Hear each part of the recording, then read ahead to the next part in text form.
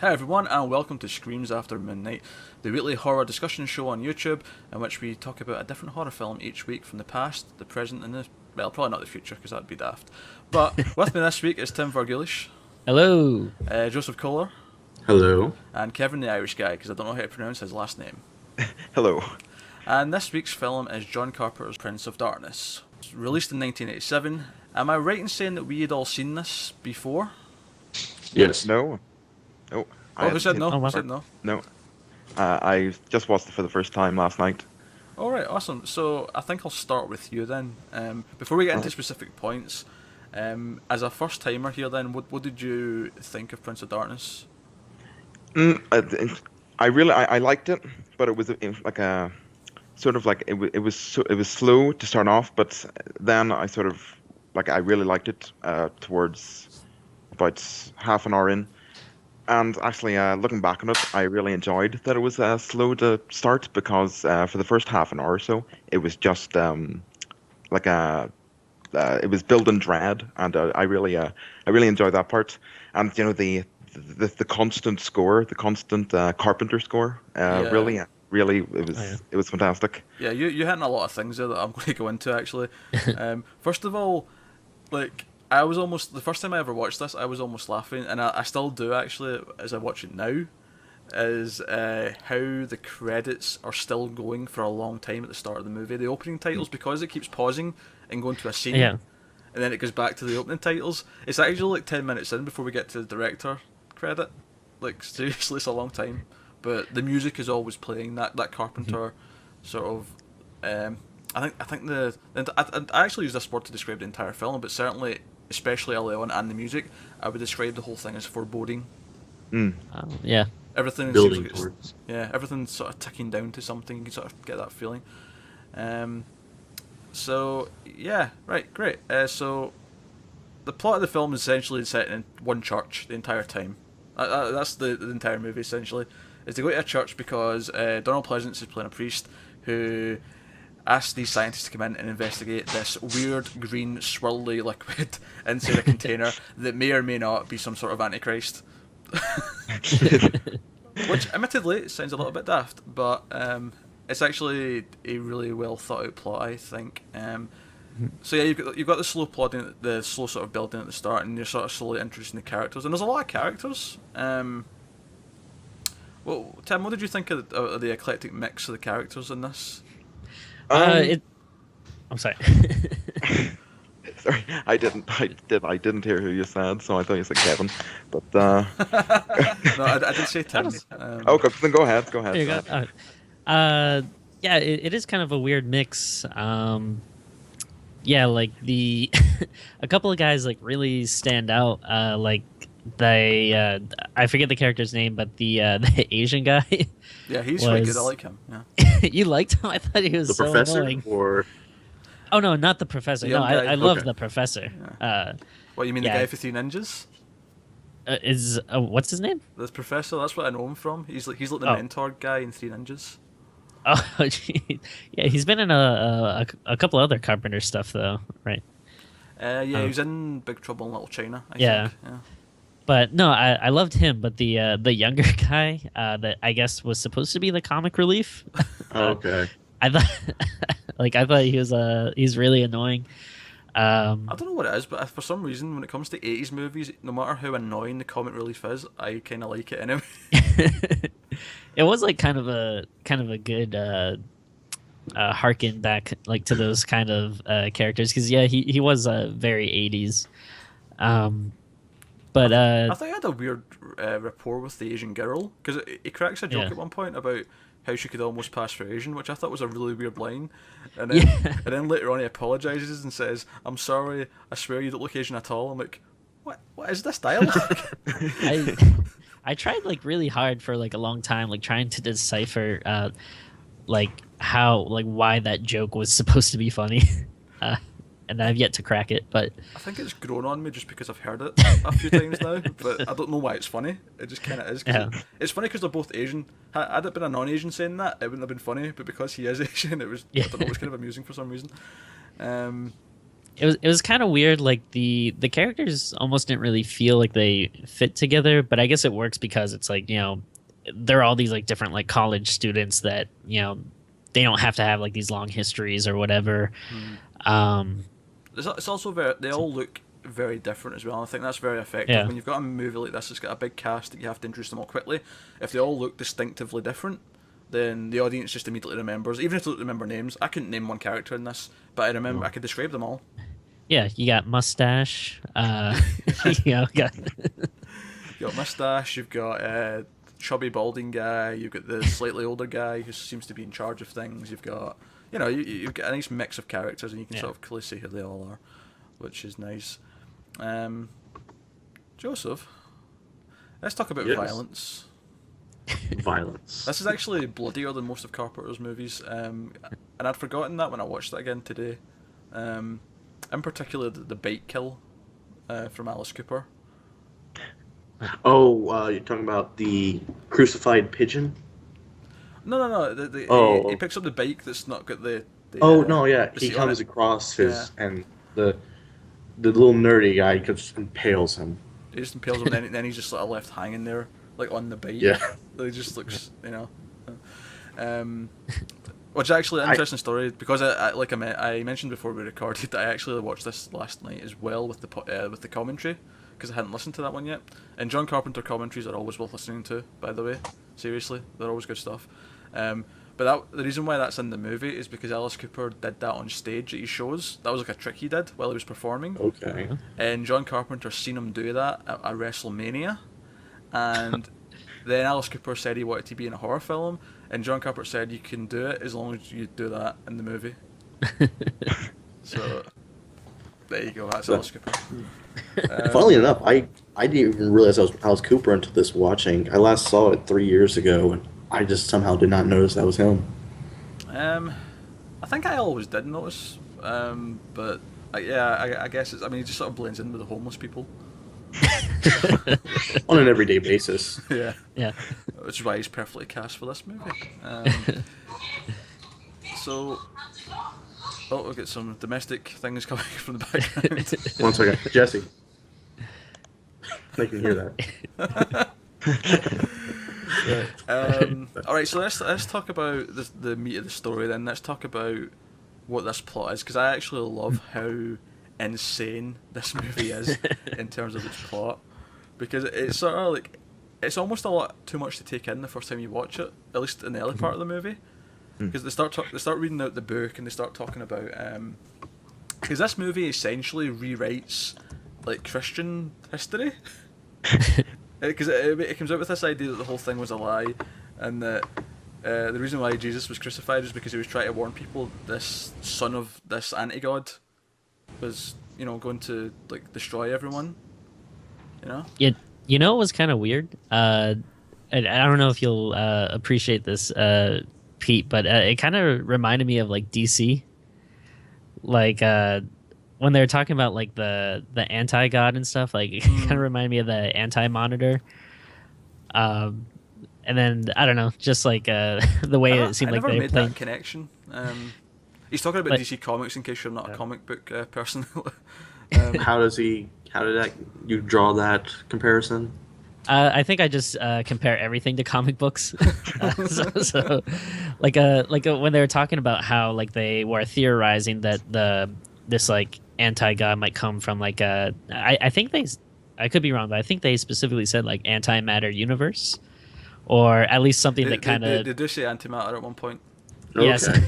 They do say the antimatter universe at one point, which I thought was really interesting. But I really like that this entity, because this is something that Carpenter again pointed out in the commentary, is that a lot of people mistake the film when they first watch it and think that it's Satan doing whatever's going on, but it's actually the son of an anti-god, and the anti-god himself may or may not be Satan, but it's about the son of the anti-god trying to bring his father back into the real world because he's trapped in the antimatter universe.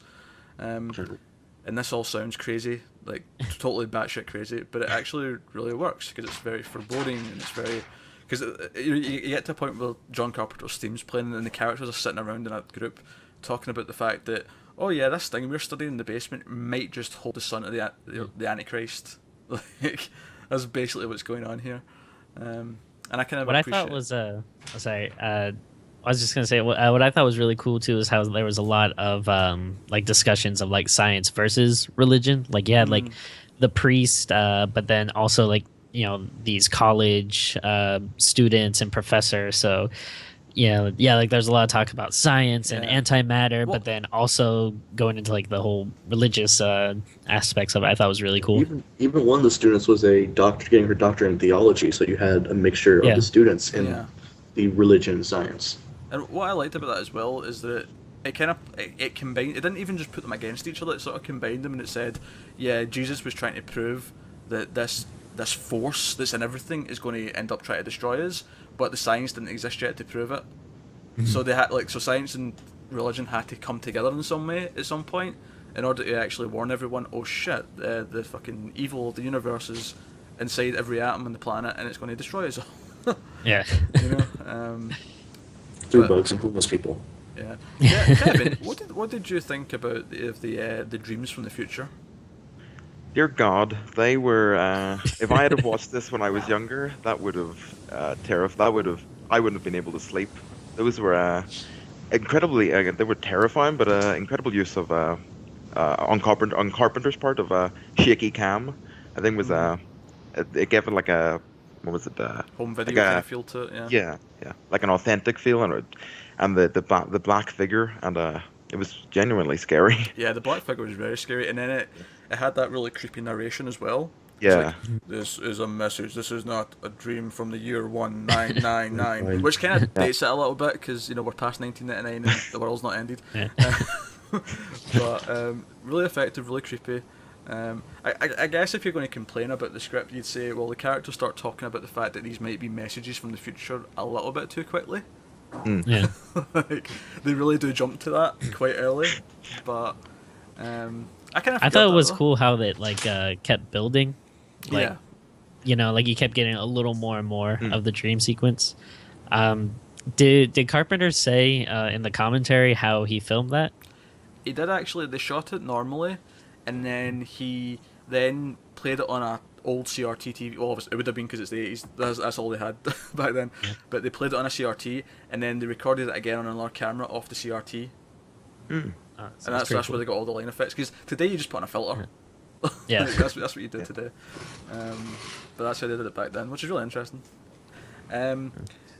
So yeah, we talked a little bit about the violence. I'm going to jump back to that for a second because there's actually a lot of cool kills in this. There's the guy who basically turns into bugs in his suit, and then the suit just collapses. That was cool. Which is visually really interesting.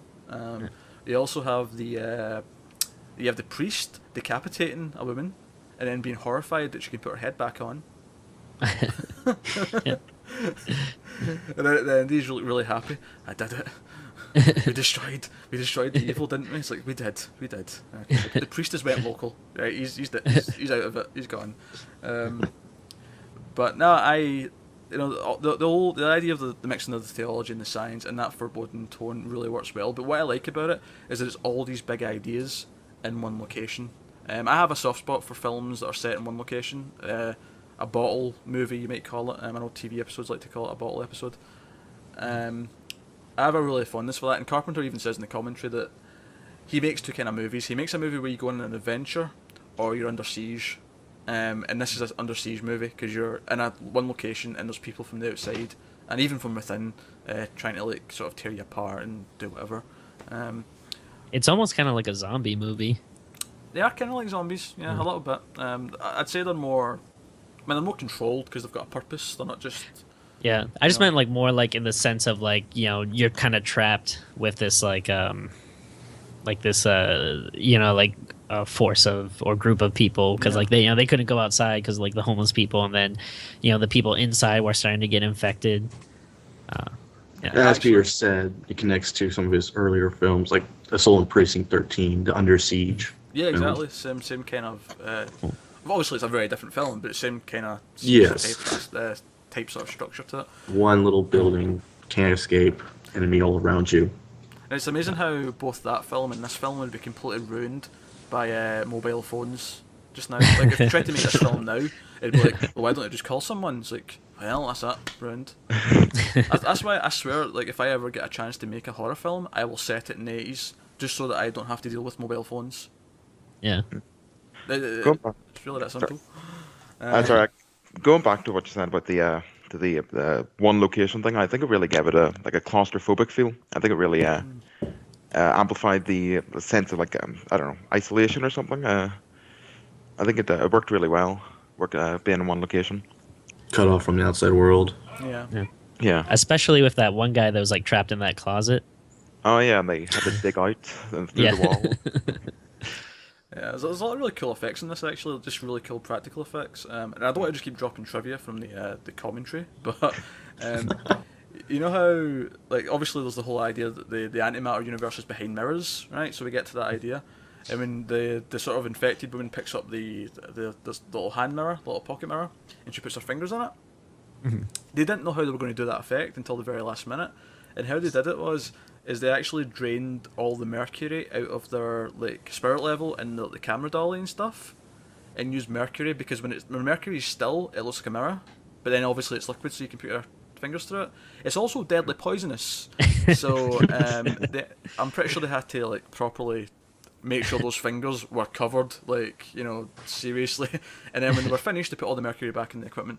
So that was how they did that. But even just the simple things, like there's some really cool shots of all that green liquid like going up the way, which obviously either they just film it upside down or whatever. That's a really simple trick, but it looked really cool in the film. Yeah, and I really like all the mirror stuff and the suggestion. I really like the idea that in films, and this is a really good example of this, where everyone's talking about an idea that's bigger than the film. Like there's some big malevolent force that is really going to screw us all. But the film itself is actually quite small. It's quite low budget, quite focused. But it's all about talking about the bigger ideas, and I really like that. It's a really good conceit. I also love the ending. I have to say, I love a good ambiguous cut to black ending. Yeah. So I don't know if we're finished with everything else, but let's talk about the ending. What did you guys? Obviously, we talked about the future videos.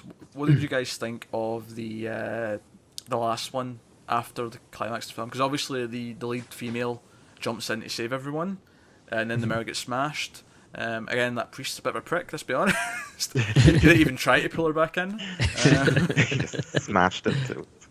But so you have the ending where our main moustache guy gets the dream sequence again, but this time it's her walking out of the building, and then he goes over to the mirror and goes to touch it, and it cuts to black. What do we think? What do we think that final video means? That final message from the future? I mean, I guess I could be completely wrong, but I kind of figured that maybe she was still out there somewhere trying to send a warning, like back in time to everyone. And then I don't know if he was trying to reach out to her, I guess, but I'm kind of bad with this stuff where like I don't overthink a lot of stuff. Like usually like I watch it and then I don't really go like, oh, I wonder what that meant. I was like, wow, that was cool. All right. So I didn't really come up with like any like huge theories, but My interpretation was very much closer to Tim's, how she is trying to send him a message. She has been possessed, but there's a little bit of her consciousness left enough to send him that warning in his final moment of reaching out to her. Yeah, I definitely get the sense that she's possessed in that video, because she looks very sort of like, blank faced, and she's sort of wandering out like a zombie. yeah. But I also think that like it is somewhat ambiguous. Obviously the ending itself is ambiguous because it cuts before he touches the mirror, right? But I think the meaning behind the video itself is rather ambiguous, because it could just be a nightmare. Because it's a double nightmare, because he wakes up and then she's lying and then he wakes up again. So then that begs the question: if they're sending messages back, would it do that? Like, would it go inside another dream? Yeah. Is he just like now obsessed because of what's happened, because he cared for her? And I like that it's left open. I think this is very much a thinking man's horror film, because no doubt we will speak about a lot of films that are not thinking man's horror movies. We will talk about things with knives and blood and things like that. Potentially very bad movies sometimes. But so I think the last thing I'd like to point out is I really like the demonic hand coming out the mirror. Just a little tease of something. Oh yeah. Really, Of the anti-god, Yeah. possibly. Just a little tease, because it almost makes me want a sequel. Like, I don't want one now, but it almost made me wish there was a sequel.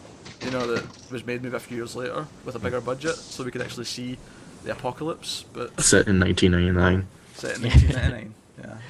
Well, it's kind of cool. It's like what you said. Like they're dealing with like a really big concept, but they never like fully showed it or anything. So yeah, I thought that was well done. That they just gave you like little hints of it, but yeah, never actually like just showed it like point blank or whatever. Yeah, But- I'm a big fan of when they do that. I really like that kind of.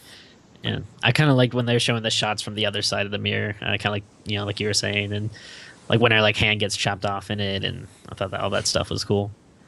Yeah, it's again, it teases you just that little bit of all this bigger Yeah. stuff, and it's really interesting. Actually, just to speak a little bit of cast, I mean, speaking of Donald Pleasance, and apologies for not remembering his name, but the guy from Three Ninjas, the old Asian professor, Victor Wong. Victor Yes. Wong. Thank you. There Victor you Wong.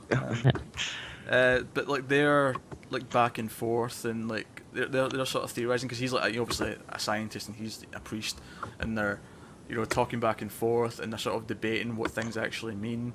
And then, Donald Pleasance actually gets pissed off because he's been lied to by the church or whatever. It's like, yeah, there's truth in all this, but there was also a big lie to cover things up, because there's a really interesting line that he has that I really like, where he talks about being a priest, and he says that he had this product and he was selling it.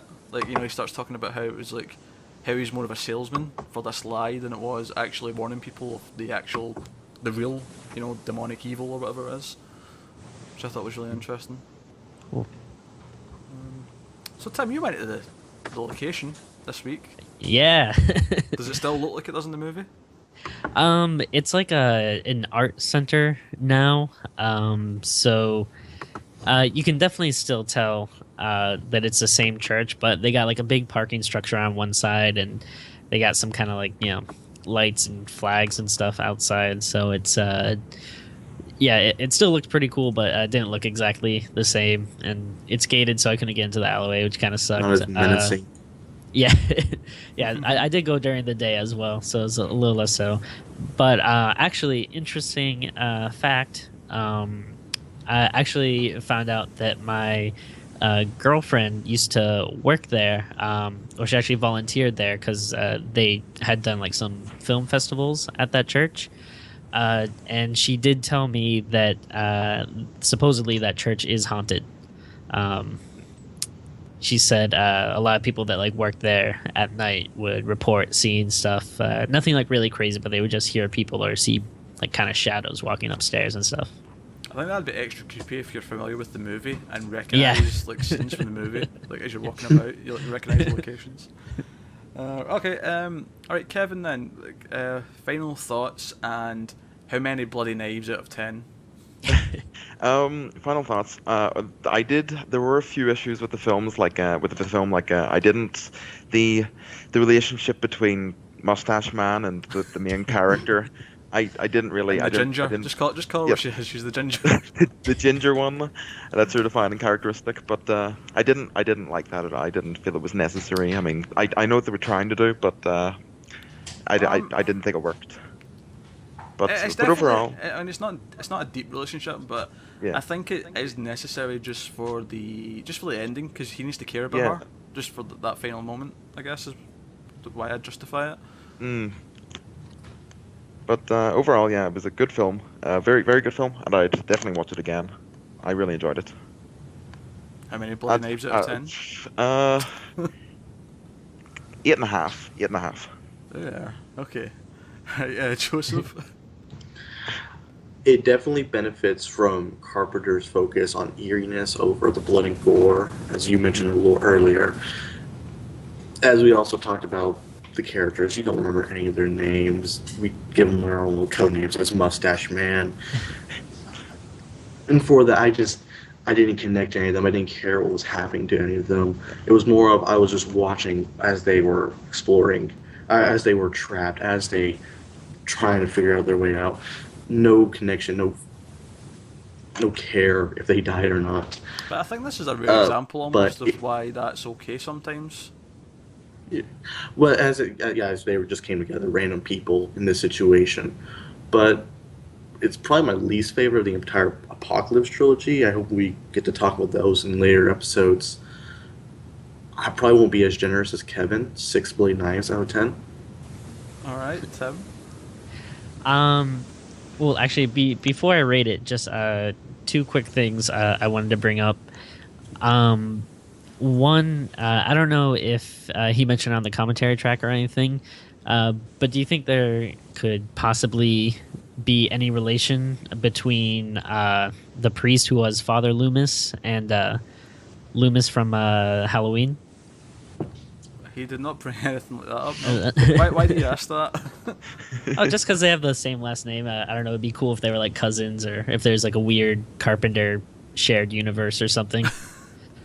Oh god, the theorizing would go over the charts with that. Not to my knowledge, Tim. Not to my knowledge. Okay. I don't know. I just thought that was cool. Even if it's just like a little like Easter egg kind of thing. And then one last thing I want to bring up is again,